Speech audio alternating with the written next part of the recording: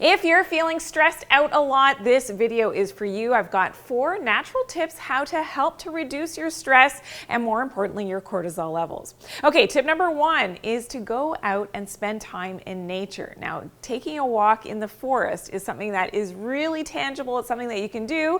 And in this study, it was found that city dwellers who were asked to take just 20 to 30 minutes out of their day to spend time in nature, what they found is that in their salivary cortisol levels, which is a stress marker in the saliva for stress, they found significant drops in the stress hormone after taking those nature breaks. So that's something that even if you've got 5 minutes, go outside, get natural sunlight on your skin, in your eyes, and try to be surrounded more so by nature than in an artificial environment, which a lot of us, unfortunately, during the day, whether we're in our offices, we're in school, we're spending too much time in an artificial environment with artificial light.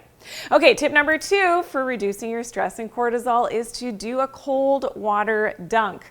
So this means getting a big bowl of water, filling it with ice, and when you're super stressed out, a great way to increase your vagal tone, so your vagus nerve, which has a lot to do with your autonomic nervous system, the go between your parasympathetic, the more relaxed state, versus your sympathetic nervous system, which is that fight or flight or freeze situation in which we don't want to always be in that sympathetic state. We want to be more relaxed. Well, this is where cold water, and what the research shows is that that cold water and sort of shocking the system by dunking your head in a cold water ice bath really helps with that vagus nerve and helping to push you more into that relaxed state, into that parasympathetic.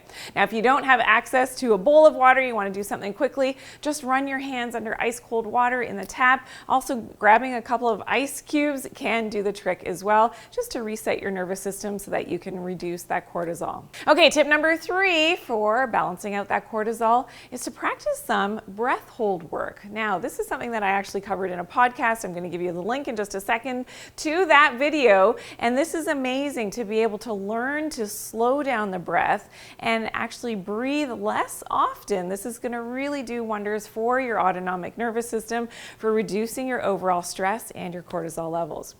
And tip number 4 is to consider taking ashwagandha. Now, ashwagandha is a fantastic adaptogenic herbal medicine. And what that means is it allows your body in times of stress to find that adaptation, to be able to bounce back, if you will, in terms of your cortisol levels, really helping to balance out your stress. It's fantastic, and it can be used in so many different ways and at different times of the day, depending on how you're wanting to maximize, whether it's for your sleep, you can take it closer to bedtime to help to balance out your cortisol and your stress throughout the day. It can be taken throughout the day as well. Okay, so I did mention that breath hold work. I did a great podcast with Erwan Lacour, who is from MoveNat. He really shared fantastic technique, how to slow down that breathing rate, how to learn how to hold your breath, and really help to reduce your stress and cortisol levels. So I want you to check out that video. It's called Warning, Your Exercise and Breathing Are All Wrong. I'll see you there.